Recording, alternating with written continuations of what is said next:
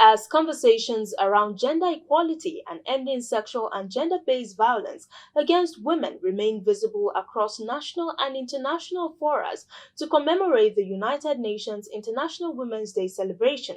The Minister for Women Affairs, Barrister Uju Kennedy Ohaneye, has again called on Nigerian women to brace up and be more vocal about challenges and issues affecting them, especially in terms of their rights and economic empowerment, noting that in their hands lie the keys to Nigeria's development. She made the call at a one-day multi-stakeholders national symposium on gender equality and women empowerment in Abuja. The report. In every society, women play key roles as homekeepers, workers, entrepreneurs, and service providers, actively contributing to social and economic development. Despite evidence that empowering women can result in benefits for societies and the country at large, women remain underrepresented in formal wage employment requiring higher education and specialized skills, and overrepresented in vulnerable and informal employment. Majority of women in Nigeria lack access to healthcare, education, water and sanitation, financial services, and information and communication technology, all of which are necessary for economic growth, and are oftentimes victims of different forms of sexual and gender-based violence.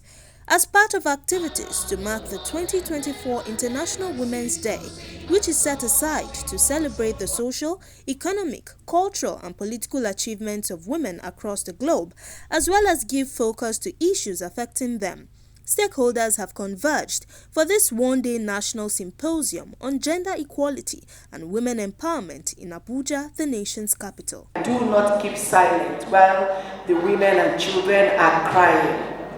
Come out, speak out, shout out. Even people that are corrupt, if you expose what they're doing, they won't want to do it again. So let us start exposing things. If I do wrong, expose me. If another person does wrong, expose it. If another person wants to corner what belongs to women, expose it.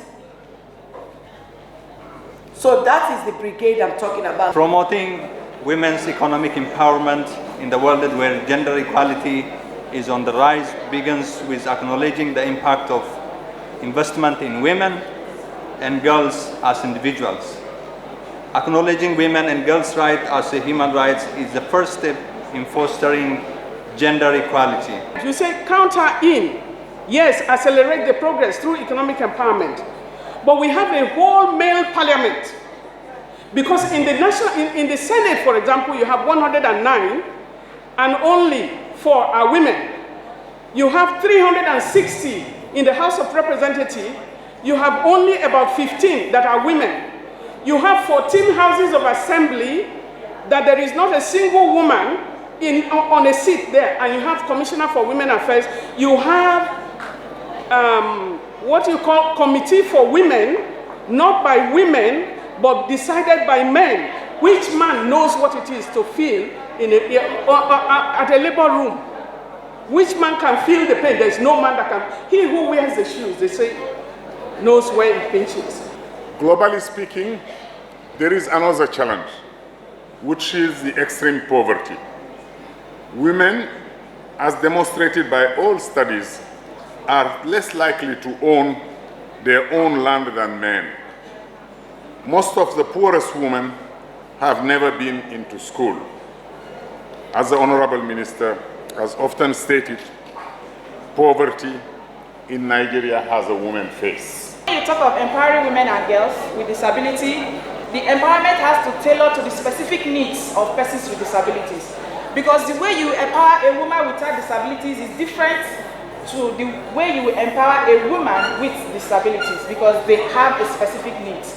The way our faces are different, the way our disabilities are different, so our needs are different. So this is a call to action, ma'am, that there should be programs and activities that are tailored to the specific needs of women with disabilities in the society.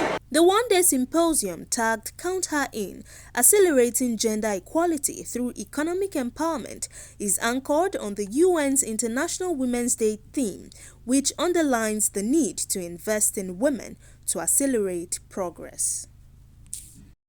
Still on women, the National Council of Traditional Rulers in Nigeria has expressed its willingness to partner with the Federal Ministry of Women Affairs to ensure the realization of the goals of the Nigerian Women Program at the grassroots level in the country. The Sultan of Sokoto and Chairman, National Council of Traditional Rulers of Nigeria, Mohammed Abubakar Saad, made the statement during the official unveiling of the Nigeria for Women program at the Banquet Hall Presidential Villa, Abuja. He stated that the ministry's efforts at repositioning Nigerian women through sustainable empowerment is a laudable initiative, but needs the active participation of the rural dwellers to ensure the realization of the objective.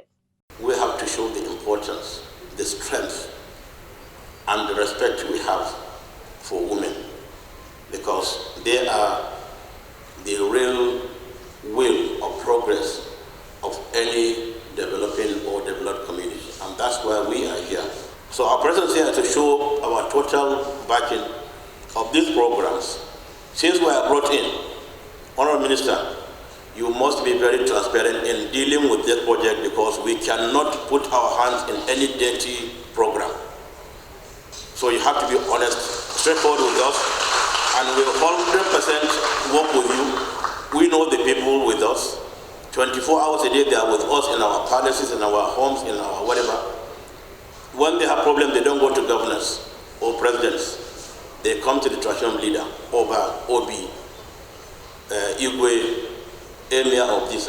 Every day we see them. They bring their problems.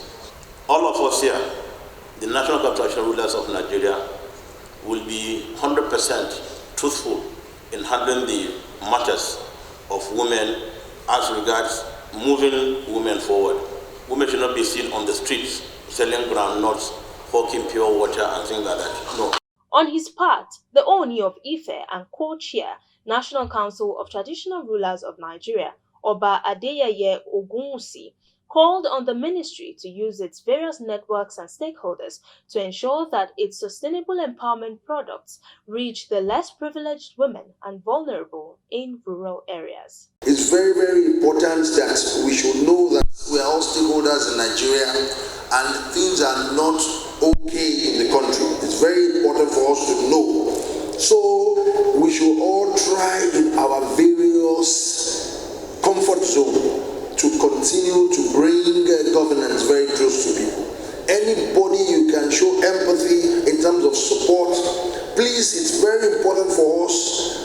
We don't need to wait for government to do everything for us. In your own various stead, in your various structure that you have put in place, continue to empower women. If you empower women, we have already empowered the nation. It's very important that we should be gender sensitive in our country, and this kind of program, I think we need to do more. The Nigeria for Women program, launched by President Bola Ahmed Tinubu, encompasses the National Women e-Market Portal, National Helpline, Niger Save Nigeria, and Nigeria Integrity Brigade project.